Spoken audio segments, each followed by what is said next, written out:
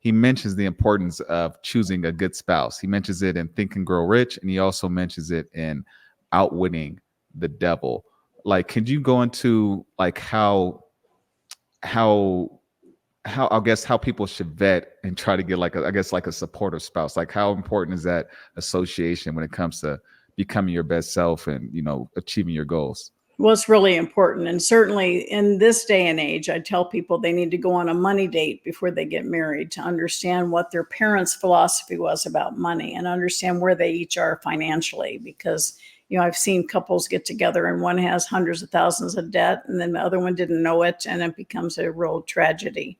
And so it's really important to understand, you know, your philosophy about money. My husband and I have been married for 43 years. And our parents were both depression. You know, they were both couples grew up in the depression, but they had very different mindset. My husband's parents, they had every penny they ever made. They were so tight with their money, right? Mm-hmm. My parents were both entrepreneurs and they were very generous. And if they wanted something, they made the money to get what they wanted. They didn't live way below their means. They did live below their means just because that was their mentality, but they were very entrepreneurial minded. And so that when we got together, we had to address that. We had to talk about it. What are we going to be as a couple? What are we going to do together? And I think that's very important because financial distress is often the number one cause of divorce, because you have different thoughts and different philosophies. But I think, you know, when people ask me, you know, what's the secret to a long-term marriage? And I have two answers. One's funny and one's honest.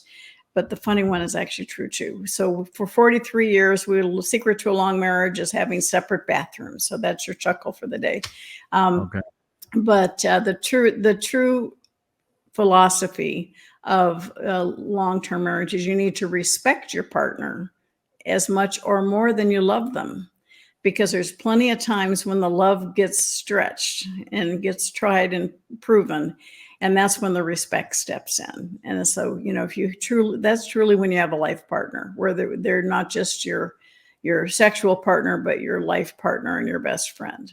So Makes a lot of sense.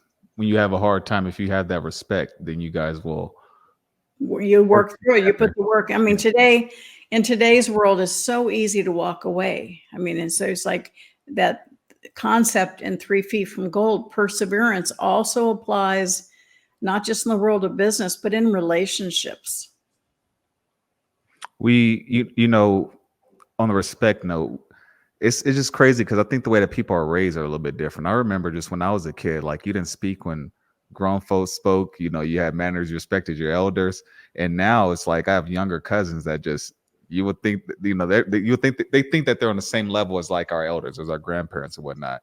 And when you grow up in a society that kind of loses that, I want to say that hierarchy of respect, you have issues in other areas of your life.